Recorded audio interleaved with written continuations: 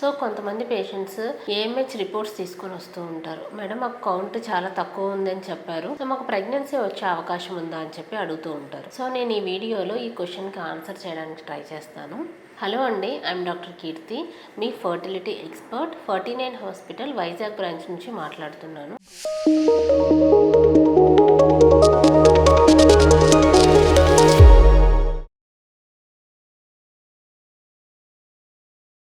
So యూజువల్గా మనకి ఆడవాళ్ళల్లో egg రిజర్వ్ని తెలియడానికి మెయిన్గా 2 టెస్టులు చేస్తామన్నమాట. అందులో ఒకటి AMH test. So anti Müllerian hormone, ఇది ఒక బ్లడ్ టెస్ట్ అనమాట. ఇంకొకటి ఏంటంటే మనం డైరెక్ట్గా స్కాన్ చేసి మనకు స్కాన్లో రైట్లో అండ్ లెఫ్ట్లో ఎన్ని ఎగ్స్ ఉన్నాయి అని మనం డైరెక్ట్గా కౌంట్ చేసుకోవచ్చు.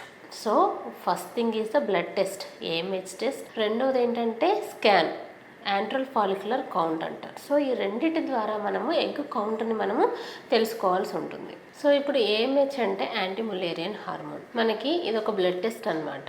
ఇది ఏ డే ఆఫ్ ద మెనిస్ట్రువల్ సైకిల్లో అయినా మీరు చేంజ్ చేసుకోవచ్చు. సో కొంతమంది ఏంటంటే ఈ రోజే చేయించుకోవాలా మేడం, మాకు 3rd డే 4th డే ఇలా అడుగుతూ ఉంటారు. సో అలా ఏం అవసరం లేదు. సో ఈ ఏఎంహెచ్ టెస్ట్ అనేది మీరు ఏ డే ఆఫ్ ద మెనిస్ట్రువల్ సైకిల్లో అయినా చేయించుకోవచ్చు. So then antral follicular count. So ఈ యాంట్రల్ ఫాలిక్యులర్ కౌంట్ అనేది మెయిన్గా డేట్ వచ్చిన 2nd డే మీరు స్కాన్ చేయించుకుంటే మనకి మీ ఎగ్ రిజర్వ్ ఎంత ఉంది అని చెప్పి మనం స్కాన్లో డైరెక్ట్గా చూసుకోవచ్చు. ఇది కూడా మోస్ట్ ప్రాబబుల్ డే, అంటే మంచిగా మనకి రిజల్ట్ అనేది రావాలి అంటే కరెక్ట్గా విజువలైజేషన్ అది కరెక్ట్గా ఉండాలి అంటే మనకి 2వ రోజు చేయించుకుంటే మనకి కరెక్ట్గా మీ ఎగ్ కౌంట్ అనేది తెలుస్తుంది. సో ఏఎంహెచ్ అండ్ ఏఎఫ్సి వీటి ద్వారా మనం మీ ఎగ్ రిజర్వ్ అనేది తెలుసుకుంటాం. సో అలా తెలుసుకున్న తర్వాత మీకు వచ్చిన రిజల్ట్ని బట్టి మనం మీకు ట్రీట్మెంట్ చేయడం జరుగుతుంది. So even for example AMH normal value is 2.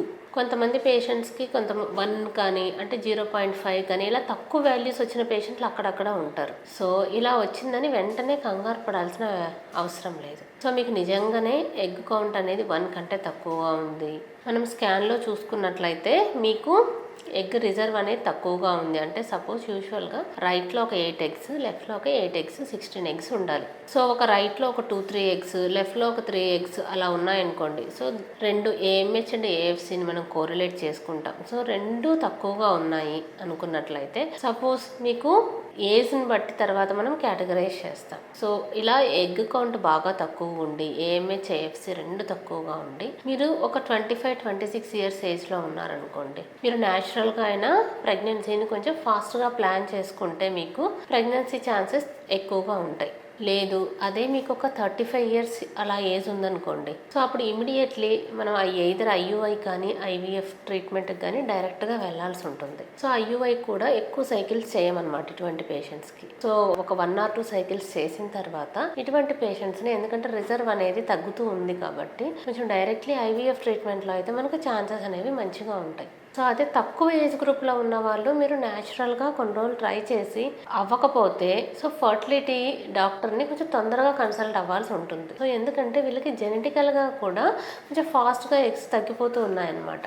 So ఇటువంటి యంగర్ ఏజ్ గ్రూప్స్లో మీకు ఏఎంహెచ్ అండ్ ఏఎఫ్సి తక్కువ ఉన్నట్లయితే సో మీరు కొంచెం తొందరగా డాక్టర్ని వెళ్ళి కన్సల్ట్ అయినట్లయితే మీకు ఛాన్సెస్ అనేవి ఎక్కువగా ఉంటాయి. అంతేకాని మీకు తక్కువ ఉంది కదా అని మీకు ఛాన్స్ అనేది లేదని కాదు. సో మీకు ఎగ్స్ కౌంట్ తక్కువ ఉన్నప్పుడు న్యాచురల్గా ప్రెగ్నెన్సీ వచ్చే అవకాశం కొంచెం తగ్గుతుంది, అంతేకాని కంప్లీట్గా 0 కాదు. సో ఉన్న ఎగ్స్ నుంచి కూడా మీకు ప్రెగ్నెన్సీ వచ్చే ఛాన్స్ ఉంది.